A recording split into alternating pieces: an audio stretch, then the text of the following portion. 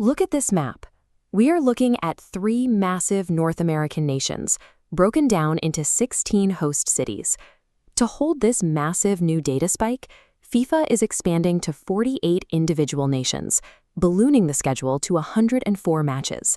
This expansion acts as a direct pipeline for fresh blood. Nations that have never stepped onto the World Cup stage, like Uzbekistan, have already locked in their debut spots. Right now, teams that have waited over 40 years for a second chance are battling in the final playoffs. Iraq is fighting for survival on the pitch in Mexico this very week to secure one of those newly added slots. But injecting this many new teams introduces a serious structural risk. Historically, enlarging a tournament invites vast mismatches. Outgunned teams don't try to win. They employ extreme defensive tactics to simply avoid losing. These eager underdogs are going to run headfirst into the traditional elite. Teams like Spain, the current #1 in the global rankings, command the field with overwhelming possession and technical skill. When a lower-ranked nation faces a powerhouse like Spain or the reigning champions Argentina, they often rely on a survival tactic known as parking the bus.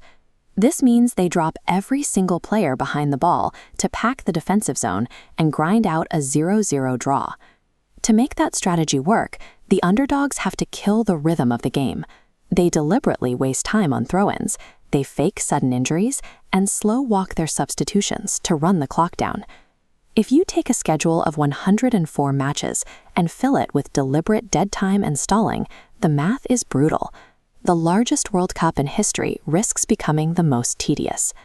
FIFA saw this exact threat coming, and they intervened. They are treating the sport as an engineered system, imposing strict mechanical parameters to force the ball to stay in play. The first constraint is the 5-second throw-in. The moment the ball goes out of bounds, the countdown begins. Players have exactly 5 seconds to restart the action, forcing an unbroken, frantic pace. Then comes the harshest penalty in modern football. When a coach makes a substitution, the outgoing player has exactly 10 seconds to leave the pitch. If they miss the window, the team plays a man down for a full minute. A player is effectively deleted from the pitch for time wasting. These are aggressive, calculated interventions. FIFA is actively dismantling the safety net that allows outmatched teams to hide behind dead time. The old rhythm of international football allowed for slow walks to the sideline and manufactured delays to catch a breath. That pace is gone, replaced by forced, relentless acceleration. This hyper-fast gameplay creates tactical chaos on the field. Rapid transitions mean that any team attempting to slow the momentum is instantly penalized by the referee or exposed defensively. Even the highly ranked football kings have to adapt. They now have to sustain a grueling physical pace against fresh, highly motivated opponents who know the clock can't be stopped. Without the ability to stall, ultra-defensive squads can no longer sit back and absorb pressure for 90 minutes. They are dragged out of their fortified positions and forced to engage in open play.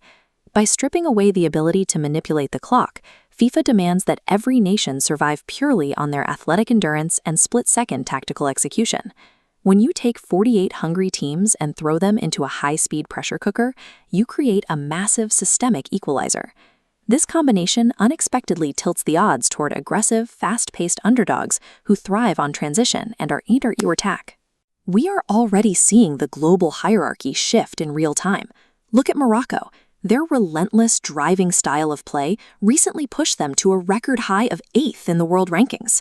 A hyper-fast environment creates a massive opening for unpredictable rising nations like Jordan to overwhelm traditional powers and disrupt the old tactical order entirely. The structure of the 2026 tournament ensures that victory will not go to the teams trying to control the game through stagnation. It is built to reward the teams optimized for unbroken, forward momentum. What we are about to witness in North America is a high-stakes, permanent beta test for the future of the sport itself. This marks the definitive death of time wasting.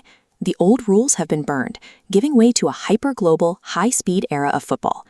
All of this pressure will culminate on July 19th, when the 2 surviving squads walk out onto the pitch at MetLife Stadium.